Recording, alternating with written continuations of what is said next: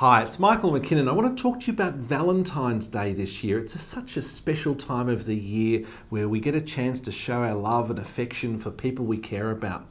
And of course, it's a great time to be online as well. And I'm sure we'll see lots of funny internet memes and other things pop up that we'll have a good laugh at. But there's a serious side to Valentine's Day as well, and unfortunately it is also a time where scammers like to do some of their best work, if you would call it that.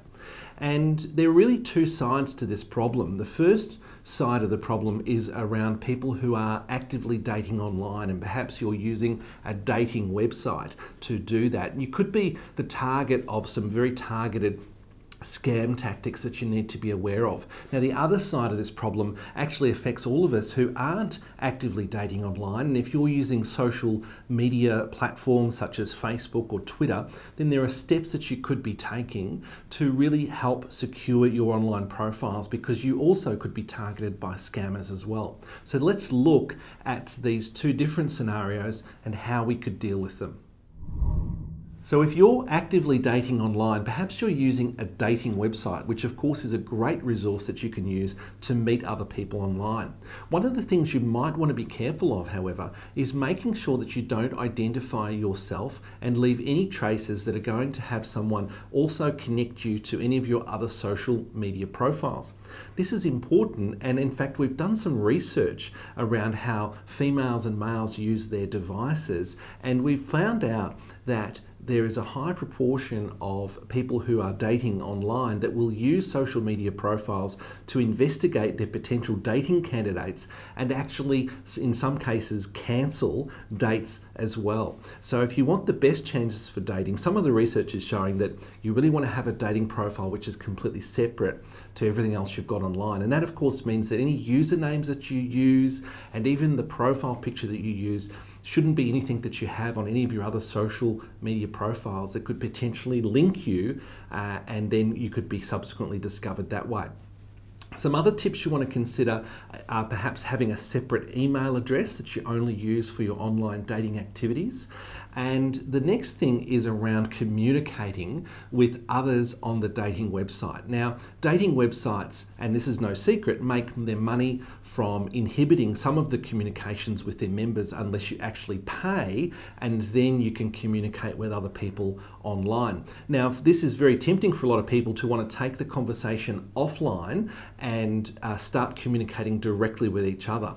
And what I would recommend is that you don't do that, and in fact do pay the dating website to communicate securely on the actual website itself, rather than giving away any personally identifiable information unless you have actually met the person that you're intending to go on a date with, and you're comfortable with actually giving that personal information out. Now, if on the other hand, you're not actively dating online, and I presume this is going to be many of us, you're just using your social media accounts, you're perfectly happy where you are, you don't want to be involved in Valentine's Day whatsoever. This doesn't, however, mean that you're immune from becoming a victim in Valentine's Day scams, and I'll explain to you why this is. You see, if you have a really attractive social media profile, you could potentially become the victim of having your profile used and replicated on a dating website or some other websites, and your identity could in effect be stolen, and someone else could be carrying on a fake dating relationship with other people, actually pretending to be you. And we see this happen a little bit where people have social media accounts such as Facebook, for example, and they don't take all of the steps necessary to lock their profiles down from complete strangers having access to all of their information.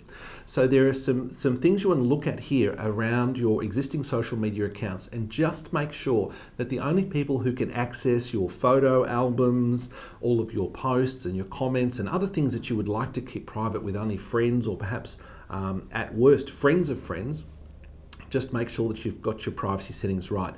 There is a great resource which is at privacyfix.com, which also links to a couple of mobile apps that you can install that make this process really quite simple. And you can then go through each of the security and privacy settings that you're interested in and ensure that you've set the most conservative setting, if you like, or the most secure setting, so that you're not going to be divulging information to potential scammers who then may be wanting to steal your identity in that way.